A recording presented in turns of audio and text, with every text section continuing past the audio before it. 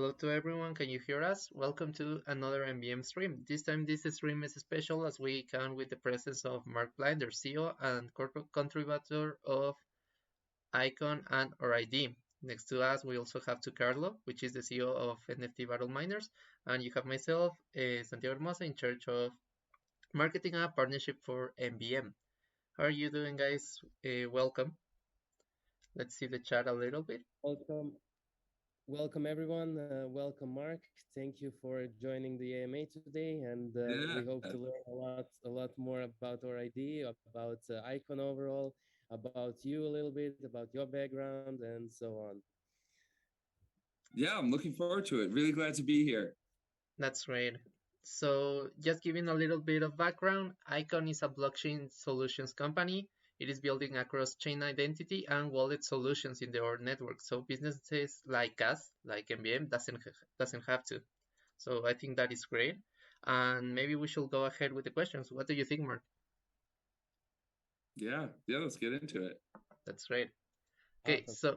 So maybe could you, just to start out, could you describe a little bit about your background and how did you start out in the Web 3.0 space? Yeah, totally. So I've been in the tech industry since 2006. So I've been a senior executive or founder at 5 different startups. And so I've been around the block quite a few times, but this is the first one I ever did in Web 3. So mostly my background was in like social networking, marketing software, stuff like that. And I've been part of startups that have had everything from like total failure to $400 million exit. So I've seen like the good, the bad, the ugly in between. Oh, that's great. So it's been a really wild ride. But this is the first blockchain startup I've ever run. And we've been around since 2017.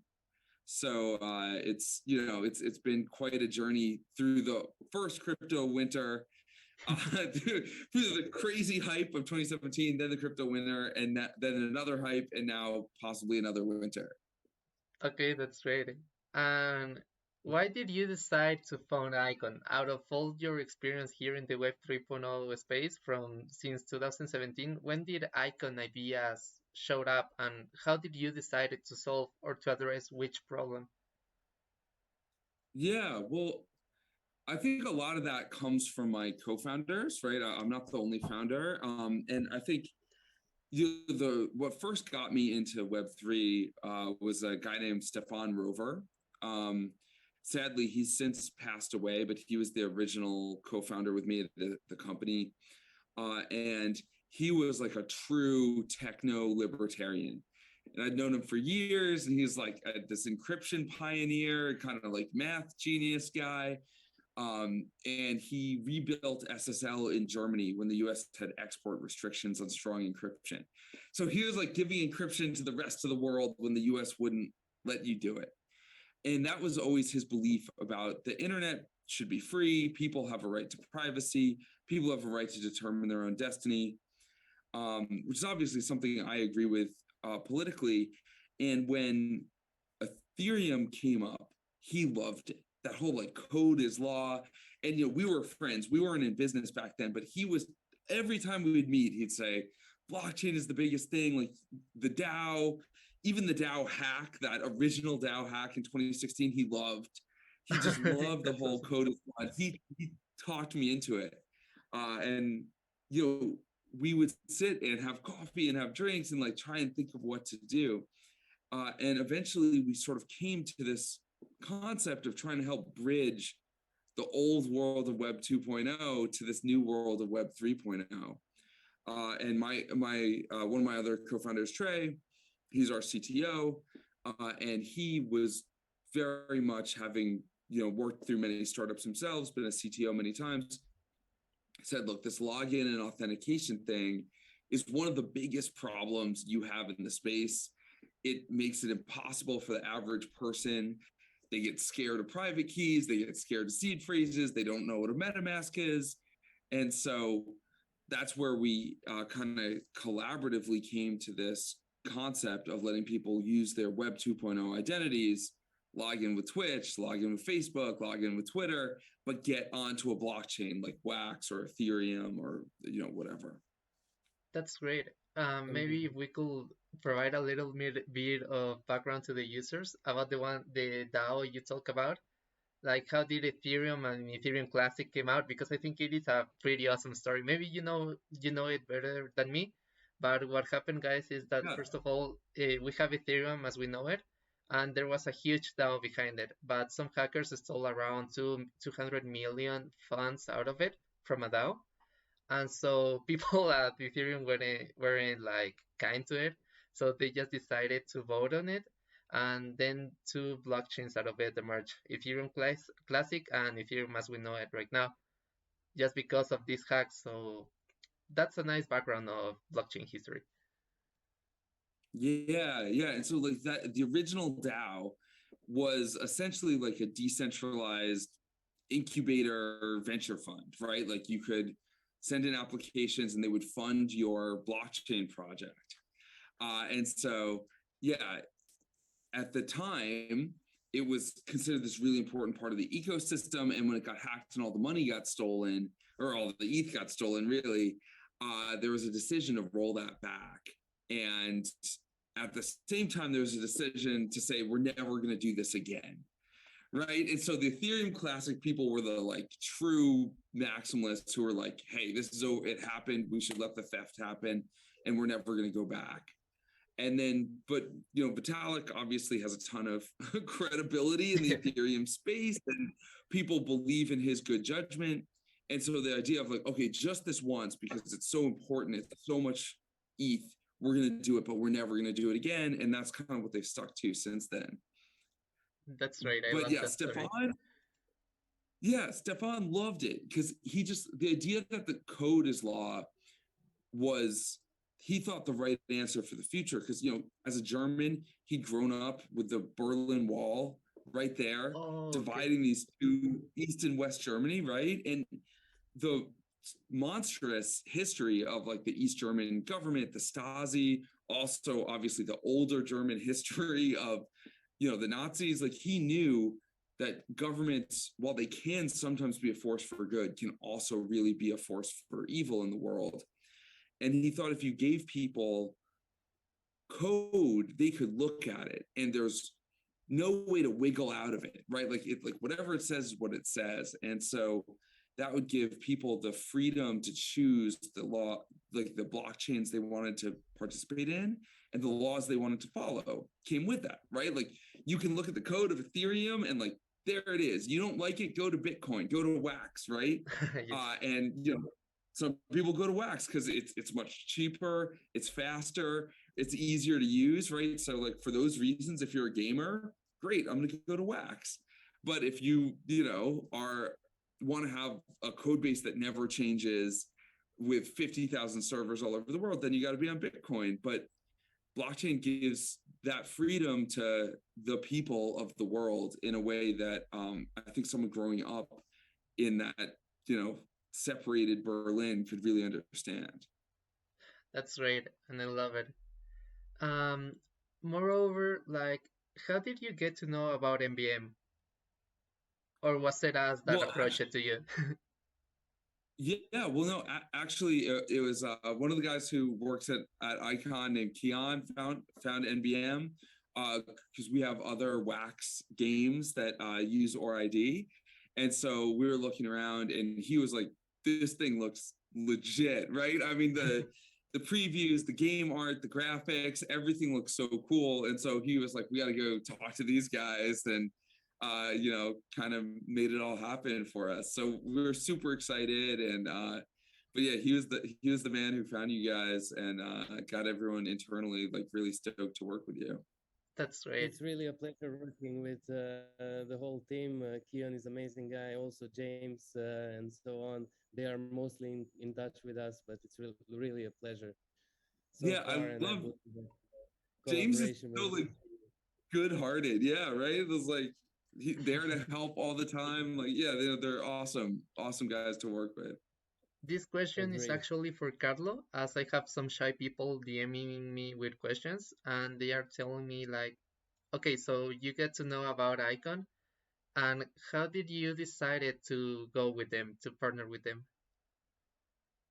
Of course. So the story is just like Mark already started.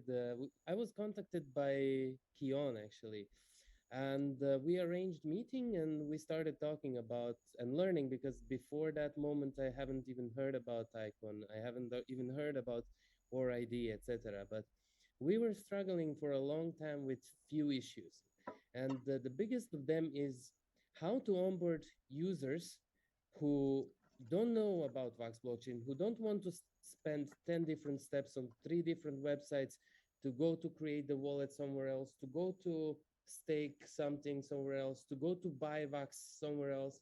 Pretty much for them to start playing the game, it would take like ages. And when I heard that there is something that could help us with this problem, that could solve it completely, and not only that, but also ORID is supporting multiple blockchains, what means we would be able to pretty much have easy implementation of multi-chain across many more than only VAX. So it was kind of a perfect combination for from our side, and I was really happy with overall with the overall team, with Keon, with James, and pretty much it was easy to conclude that that's what we need. And yeah, that's the story behind how That's we great. decided Oh, joined. Carlo, if you could help me like talking, getting closer to the microphone next time, it will be great. But it was cool. Okay, okay, Okay, sounds good. I'll and talk a little bit louder. okay, Mark, moreover, just getting closer to what it is, the alliance and partnership between RID and MBM, the overall concerns about the users has been how Icon manages the newly created wallets. How is security managed in that manner? Yeah, well, I'm glad you asked. Like, not everyone asks about this, but it's something that we take really seriously and we care a lot about. So, and man, did a ton of work go into this, right? So Trey, our CTO, is like really fanatical about this stuff, as he should be. But basically, the way we secure the wallet is when you're creating a new ORID, you log in with your first factor, which is your kind of proves who you are. So maybe it's a Google account, a Facebook account, Apple account, right? Email address. There's a bunch of different options, but so you're going to log in with your Facebook account or your Google account, and then so we know who you are, and you have one factor of authentication, and then the other factor is you're going to choose a secret, which is like a pin, like a 6-digit pin that we don't have, that only you have as the user. And that's really important because then we use that along with some like hashing and extra encryption, right? There's like salts and hashes. And, for those of us who didn't go to, get a CS degree, we only vaguely know what this means. But basically, you take that 6-digit pin and you use it to hide the secret. Now, that happens before we see the private keys. So we never see your private keys. We only get an encrypted version of your private key that sits in the cloud. That's basically for convenience. And so this encrypted key is sitting in the cloud. You are the only person who has the secret to unencrypt it. And when it's time to sign a transaction, you put in that 6-digit PIN or whatever you chose, and then you'll decrypt the key and sign the transaction to, say, buy a new NFT in the Battle Miner game, or to combine multiple fragments into one card, or whatever it is, right? So your key will be used, and again, that's a place where there could be there's a security risk because the key is being decrypted to sign a transaction and sent to Wax. So what we do in that case is there's a Docker container, and again, sorry, but that it's like a portable server that's running in Google Confidential Compute environment. There's a whole blog post about this on our website. So the confidential compute environment uses these special machine level encrypted chips. So even in memory, in those servers, we can't see your private keys. Google can't see your private keys. No one can. Like the processors, the buses, every piece of it is encrypted. And so that's like brand new technology, super cool. But so that's the other way we're protecting your keys is even when they're being decrypted to sign a transaction, it's happening in this kind of isolated environment where no one can see them for the split second they get decrypted to sign something. And so those are really the two big innovations I think we have on the technology front to keep your keys safe. That's great, and I think all the questions about it has been solved. And thank you. It seems rather impressive. It is pretty cool to know that there are people working for it and that they have already solutions for this. Another question that I got is how do you plan or how do you have it planned to fight with bots against bots? Or is it a matter of concern for Icon or is it something we shouldn't worry about? So I think this is a great question. It's of course a matter of concern. Anyone in gaming. So we do a bunch of things to prevent bots. So like one, the fact that we're behind this two factors already makes it a little hard for bots. Right. So like you need a Google account, which obviously you could spin up many Google accounts, but they have bot protection and then we're behind them. The other thing is we use reCAPTCHA 3.0, which is bot detection that's like very widely deployed bot detection software. Possibly, I don't know this 100%, but I think the most broadly used bot detection on the internet. And so we're kind of have those types of tools that are very widely used that we're using to protect against bots. And so far, we've been pretty bot proof, knock on wood or touch wood, as they say over here in England. Yeah. But the one thing we have come up against is some click farms where there's actual humans, right? So it's hard to, they aren't bots. So the bot detection can't really catch them because they're real humans, but there are, lots of people who are, creating, just working all the time to then hand over the account to someone else. And I think that's really hard to stop in GameFi. But obviously it's much fairer than having bots do it, right? Like that's real true, humans. Yeah. At least you give it an extra step. Yes. Yeah, exactly. Yeah. It's like, that kind of comes down to this code is law thing where it's like, well, if you're willing to have some real humans do the work, then fair enough, right? Fair play. They can like do the work, give the NFTs to someone else, and it happens.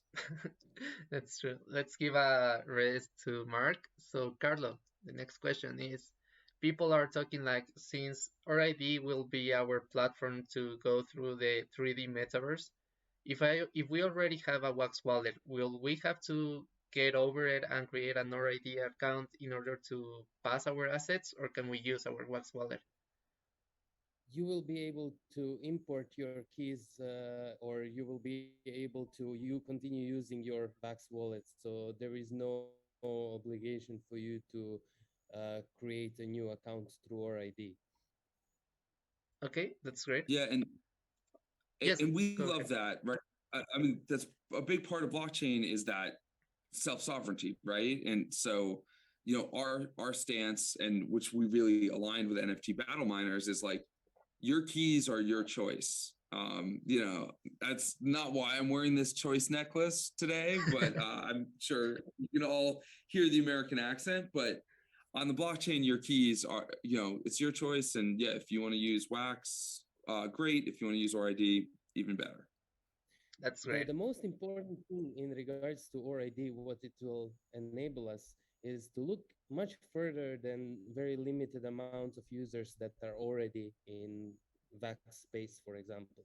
Not only in VAX space, because it will enable us also to go multi-chain. We already mentioned that Polygon is the next go-to with the token launch for the start, but down the road in the future, we will certainly utilize the opportunities that are given to us to be able to easily go to other blockchains. So yeah, and not only this, but easy access within, we're talking about 20 seconds from you getting into our app into starting to play a game. And this 20 seconds tops is what was needed to create your wallet and pretty much get you rolled out. That's awesome. Yeah. Go We ahead. want it to be as easy as possible for people, right? Yeah. That's true, and I love it that we have a choice to actually make, and that we already always have a choice, and that's also what with Web 3.0 is about, to always have like ownership of your assets. Also, Uh, yes, I would like to say thank you for really great support from your team, Mark. They are really helpful in regards to, because as everyone knows, we are building our metaverse on Unity, and pretty much in regards to the Unity SDK, which will enable us faster implementation of the whole thing, is really amazing. And thank you and your team for that. Yeah, well, I know that's like a big piece of work that's going on, but like for those who don't know that are listening, right, most, I think, 3D games in the world are built with Unity. And so we're really excited to be able to connect those two worlds of 3D gaming with blockchain. The future. that's great, and I love it.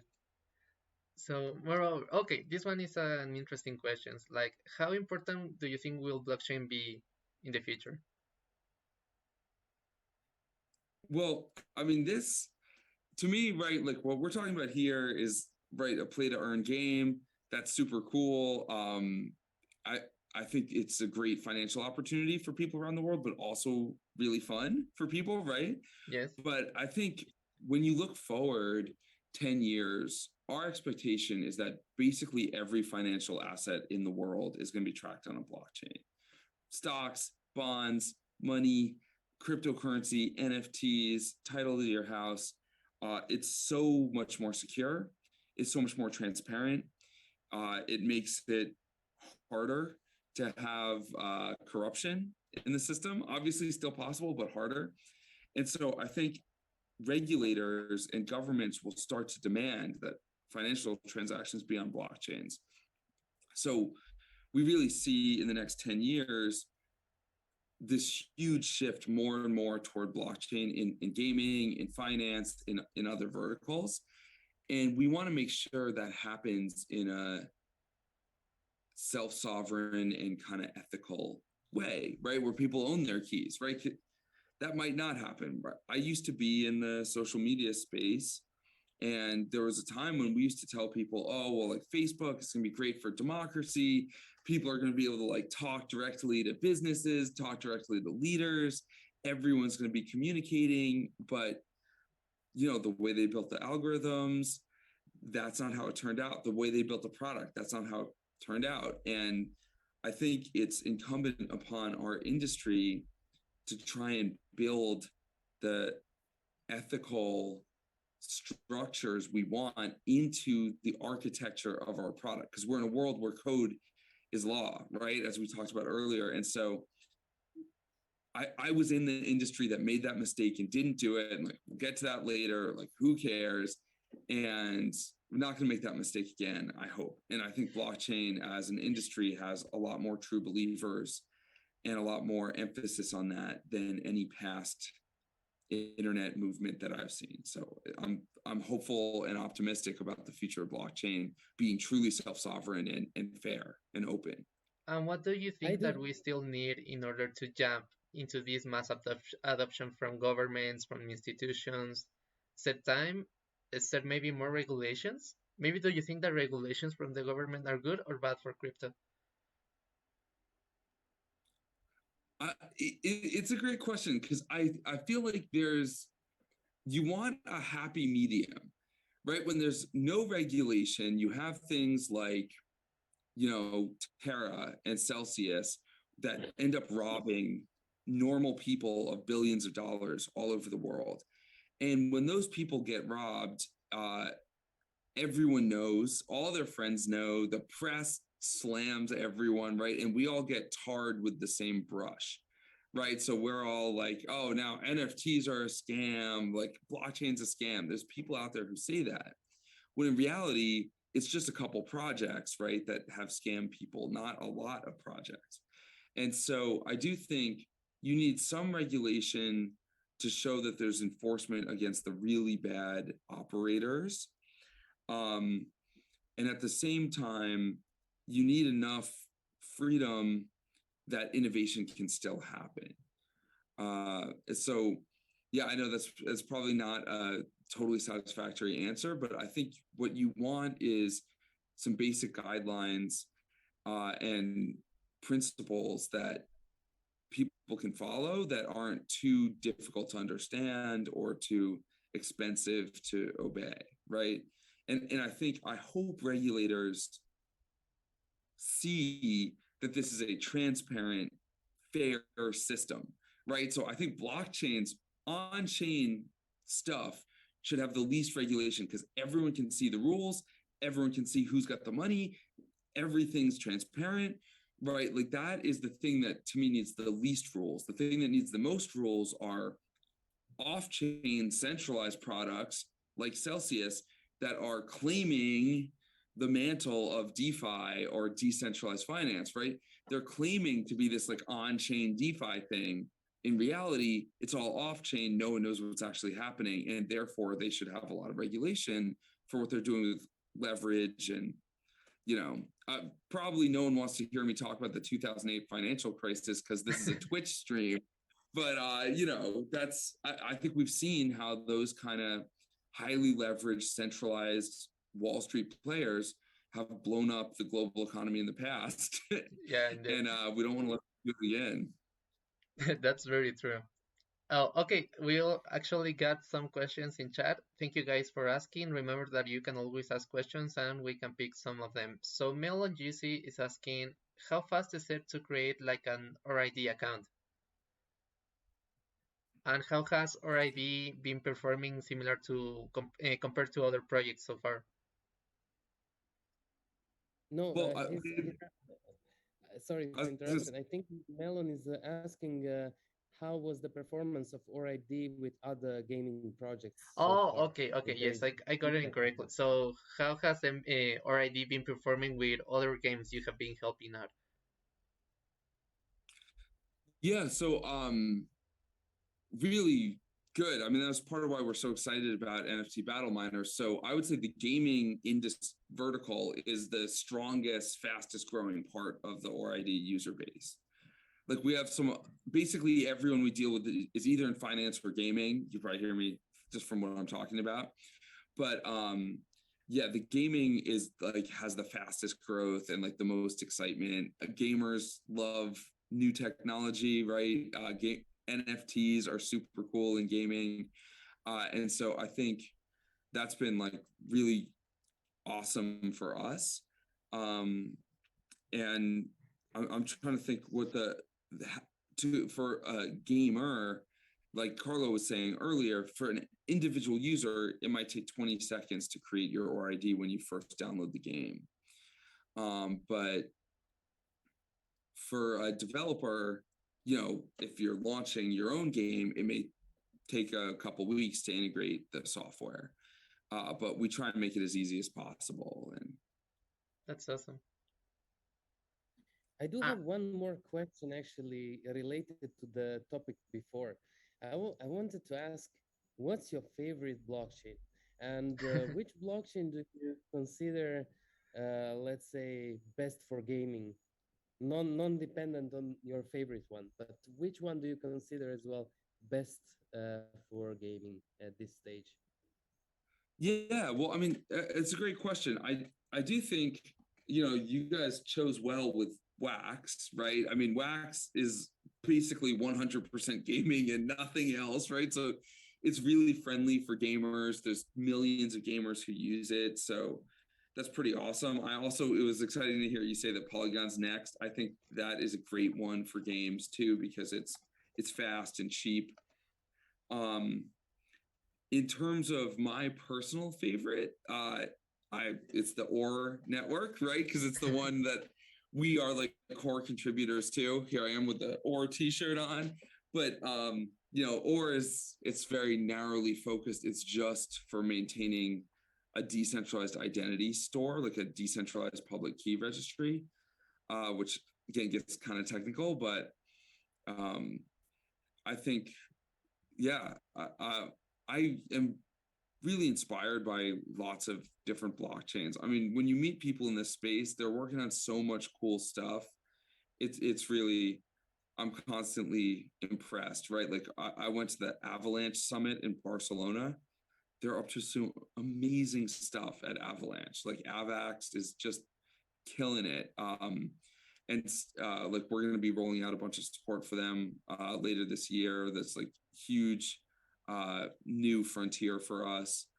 Algorand we've worked with in the past, like extremely smart. It's like everyone there is like an MIT PhD, right? Like great encryption, great performance, really amazing work. Obviously, Ethereum and Bitcoin are the king and queen of the industry, and like you can't really mess with that. But yeah, it's so cool to be in the blockchain world and getting to deal with all these amazing projects all the time. That's right. I think you also went to NFT NYC, right? Yeah. How was it? Was it cool? Yeah, it's super cool. I mean, it's a total mess. Like in terms of just there's like 15,000 people. They've taken over all these different buildings in New York. There's like a million parties and happy hours, and like it's really fun. And the thing that's really cool about it, I think it gets a super diverse crowd of not just techies, but like artists, people in fashion. You get all these people running around with like cool hair and like unusual costumes, and all these like street teams trying to give you free cookies if you have this NFT, or like you can come into this party if you own that NFT. So it's like a really interesting experience. And yeah, I would certainly recommend if anyone's in the New York area, it's a really good time. Lots of good speakers and stuff like that. That's great. Are you a profile picture holder of any project? Oh, sorry, say that again. Are you a holder of any profile picture project? Like BAYC or Doodles or so on? I've got some like really random random ones. So like I just met a guy who was working on a project called Pride Punks, which was a derivative of CryptoPunks. So I was like, he seems pretty interesting. Like this is a cool project. So I just got one of those. And I had some other, so I think I might use that as an avatar going forward. And then I got a few other art ones. I got one also from Deadmau5, just because like I went to one of his shows and it was amazing. So I was like, all right, maybe you'll be amazing at NFTs. But I actually think the one I got, they're procedurally generated, right? Where they're like all a different random thing when you mint it. I think the one I got is kind of fugly, but I still like his music, so I'm not too mad. That's very cool.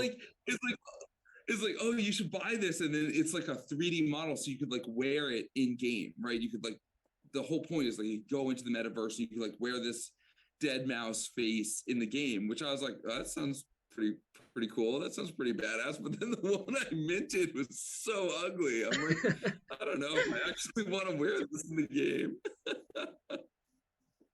It actually happens that overall with the profile pictures and with the game related projects, like I saw that there was one project in which they had a mythic skin, but he wasn't able to sell it because the skin, even though it was a mythic, it had mythic traits. It was so ugly that actually no one wanted to buy it. I know, it totally happens. Oh yeah, and I think he sold it for the price of a common. Fans in the Twitch stream here. Oh yeah. Okay, Melon is asking again, how many projects already support RID on the Wax blockchain? So actually, NFT Battle Miners is the second after when the integration's finished, after Red Fox Labs, who do COG Slam, and several other games that are coming soon. And then we've got, we're talking to a bunch of other folks too. But yeah, I do think NFT Battle Miners will be probably the second, which we're super excited about. Okay, awesome. What are the next steps for IKON in the short term, and what are the next steps with RID? Yeah, so Polygon support, we've like just got our first app using Polygon, but I think there's going to be a bunch more publicity. Then in terms of blockchains, Avalanche, huge effort for us that we're going to be doing a lot of work on this summer and a lot of announcements. And in terms of features for RID, a built-in Fiat on-ramp is a big one. So we're already working on that. Keon and Karan have been working on that, actually, speaking of. And yeah, we do. I see. Yeah, and so the Fiat on ramp, I think, is going to be really key. Yeah, and go ahead. Oh, Carlo, we cannot hear you properly. Oh, sorry. I wanted to say that, yeah, Fiat in is a very, very big step for pretty much easy access to crypto. Yes, of eliminating course. Eliminating one of those steps of visiting some exchange while having it directly. So it's a big thing. Yeah, totally. Because, like, I mean, if you think about it, right, like some piece might cost 10 wax or something. So it's like, it's $1. And to get $1 worth of wax is approximately as hard as getting $1,000 worth of wax, right? Yes, completely true. All these things, KYC, it's really hard. So if we can make that easier, we want to. That's what I believe is the main problem for wax. As right now, the minimal amount to buy wax directly from, let's say, Atomic Hub is $50. But wax is a relative cheap chain, so I don't think that someone getting into NFTs or getting into crypto games is so kind to spend like $50 into something they don't know if they will ever get back. And the other way to do it is through Binance, but in order to create a Binance account, you take around 2 days, because first you create the account, then you have to do the KYC. Then after the KYC, you have to get the funds and then transfer it to Wax. So there are a lot of steps and a lot of problems that set back users. And even also the problem with the Wax blockchain is that it is for gamers. And most of all, the casual gamers, they will get discouraged because of these match steps, and because they just want to play, to sign up and start playing. Kinio is also asking, okay, he just got here. What is exactly RID? So RID is a multi-chain authentication. We will use it, MVM will use it and implement it in order for you to sign up and to sign in a very quickly way without much requirements. And also we will use it for a multi-chain purpose, as RID supports a lot of blockchains. Kini also says you have some exchanges that take 40 of your wax when you export it to your wallet in KuCoin. Okay, yes, that's also a very great problem in all the blockchains as well. Melon says that RID seems a really good option to facilitate mass adoption. He's pretty excited to see what it is once it is implemented. Yes, we're all pretty excited for it. Yeah, I really appreciate that, because we're here. Like, there's so many of these amazing projects, right? Like an NFT Battle Miners, where you're like, okay, it's a badass game, but also it's a chance for like people who don't have necessarily other financial opportunities to like make money, like GameFi, play to earn. And when you look at the stats, there are people all over the world who actually make a living now as gamers, like both like these super famous pros, but also just like run-of-the-mill people who can play a lot and make money. And so if we can help make that that vision a reality, that's extremely fulfilling for me, and it's like something we really want to enable. And so it's really cool to hear you guys saying that it sounds like a good fit in that way, because that's what we're here for. That's like the whole mission. That's great. Okay, we're getting closer to finishing with all the questions, but where do you see Icon in 5 to 10 years from now? Yeah, well, I think we were talking about that a little before with this like move to tokenization of financial assets. And so part of my strategy here for AIKON is that we can be part of the gaming industry, which is always like the most cutting edge, right? I mean, it's like a old conventional wisdom that the internet, like all the most cutting edge stuff happens with gaming or porn, and right. And so we're involved in the gaming industry. It's a good fit for us because we can grow users fast. We get really good feedback. We have like high throughput, high, bandwidth, great user experience. Like all those needs happen in gaming. And we want that to position us for this future of tokenized financial assets, right? So we'll be able to say to these banks and regulators, oh, hey, we've had millions, hopefully a year from now, millions of users on NFT Battle Miners that, haven't had an issue. There's great uptime.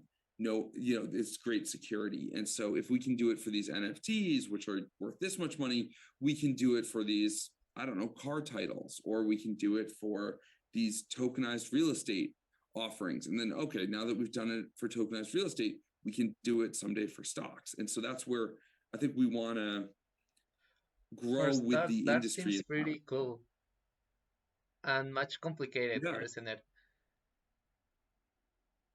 Yeah, it's a long journey, right? These things, if you're going to make a big impact, it's like, it takes a long time. I mean, if you think about right now, people buy lots of stuff on the internet, but what did that take, like 30 years, right? And blockchain's kind of been around for like, well, certainly crypto has been around for 14 years, right? NFTs have been around for like, I don't know, 5 years, maybe 5 or 6. So compared to like the 30 years it took e-commerce to get to the place where it is today, I think we'll do it faster in blockchain because technology has advanced, but it's still, these are multi-decade efforts. These things don't happen overnight. That's true. Okay, I got an interesting question on Discord. I don't know why don't you guys ask in chat, but it is okay. So what do you think of the current structure of DAOs and also about the governance that we're facing in games like Axie or in Ilovion and in games also as MBM in the future?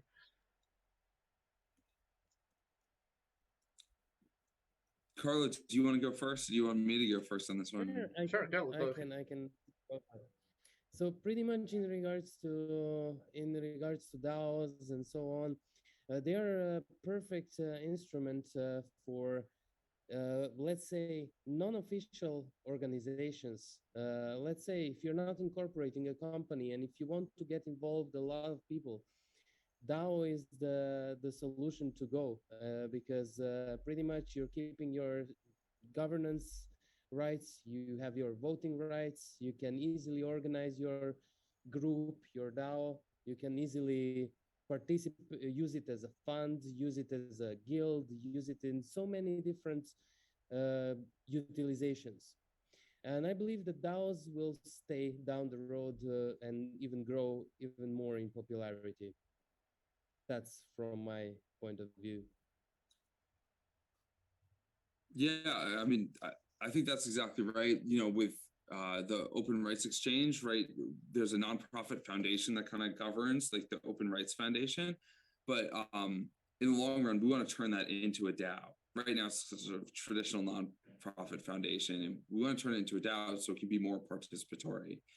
And so, yeah, I do think it's the right answer. I think the tools have a long way to go, right? With any organization in the real world,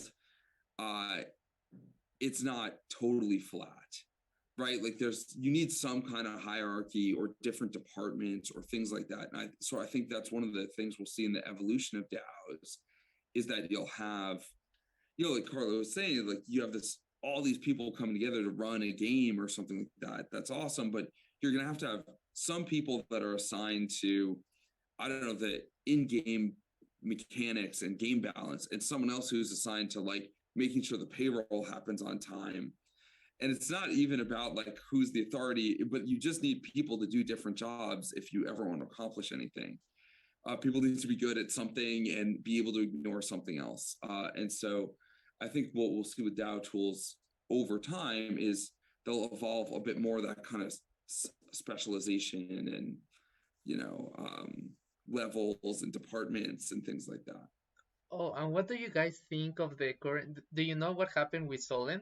That they ran a vote and then they were able to like freeze the freeze the hold of a huge whale in order to avoid him on dumping the market. Maybe do you know a little bit about that, guys?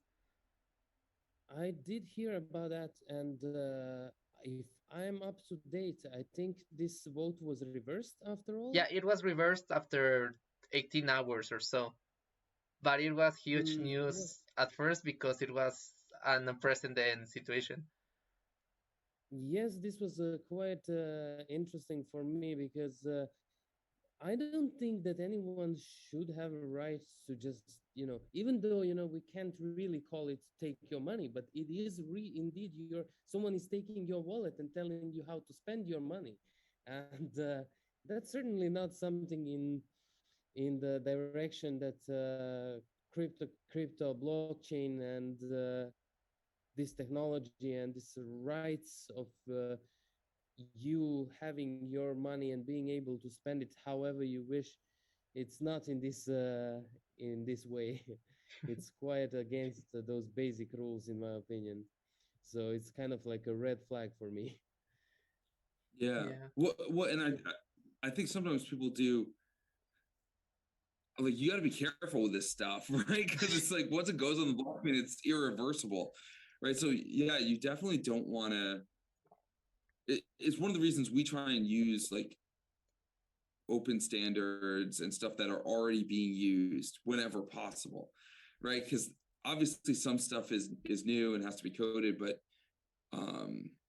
yeah, you need to be careful on the blockchain. I don't know how else to put it, but like you don't want to open too many crazy doors for situations like that.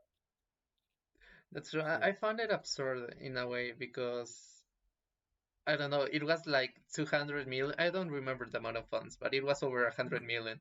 And then the vote, it was in order for it to be approved, you needed $500,000. So it was just kind of absurd that with $500,000 you were able to just get and to private someone from their account that had 200 million. That was insane. But I am glad the situation got reverted and it sets a precedent for the next DAOs and for everyone. Yeah, and I do think, I mean, before I got into tech, I majored in political science in university, right? And I worked on political campaigns for a little while. The idea that you're actually going to have people, like normal, average, everyday people, having a like 24 hours a day, 365 day a year voting process is insane. Right? There's a reason election days happen at certain times, right? Like everyone knows when the election's happening, they know when to vote, and then they go vote. But like you can't. That's why it only took $500,000 to win the vote, because most people aren't voting because they can't vote constantly all the time. Like I think it's one of the really naive blind spots. I don't think it's malicious, but I think it's naive.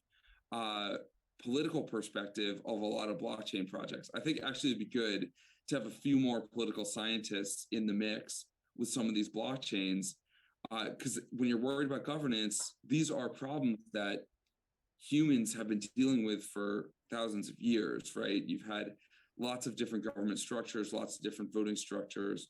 This is actually well trod turf. And so as a species, we've walked down these roads before, and I think we should take lessons from the past and realize that if we want people to vote, we need to give them a day in advance that they know about, when they can make big decisions, when they can think about it, when they can listen to differing opinions, all that kind of stuff. It's really hard to believe that people are just going to like be sitting there at the laptop all the time waiting for a vote. Yeah, okay, I'm waiting for voting. No, but it is also very true, because I believe that, well, we're learning now. Everyone is learning right now in the platform. And just what happened with Luna. Like, they didn't have like an emergency protocol set up or an emergency way to vote. So when their blockchain was falling into scrambles, they weren't able to halt it, because the voting process needed for the voting to be 6 days up. And in 6 days, you could turn down an entire blockchain. So that's what happened, and that's why, well, we're learning now. Now we have a referral that now we need some way to set up an emergency voting, because otherwise we can set any blockchain into scrambles, into fire. Yeah, it's such a good point, right? To say that you've got to learn from other people's mistakes, and yeah, as an industry, we need to keep growing and learning and changing. Well, guys, we're getting closer to the finish of it. I will just show you right now icon page in the meanwhile. If you have any more questions, guys, feel free to ask. We're ending the stream right now. We have right now icons page, which is pretty cool. I love it. We have also the customers, which is Alliance, Arfox, Algorand. Oh, Algorand, I didn't know about it.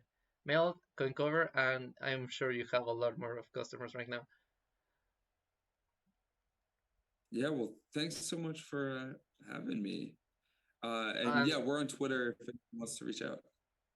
Yeah. Oh, yeah. Well, you can also find Icon on Twitter. You can also find them on everywhere. On LinkedIn, you can see the broad amount of team. Okay, here is Mark, of members of the team of Icon.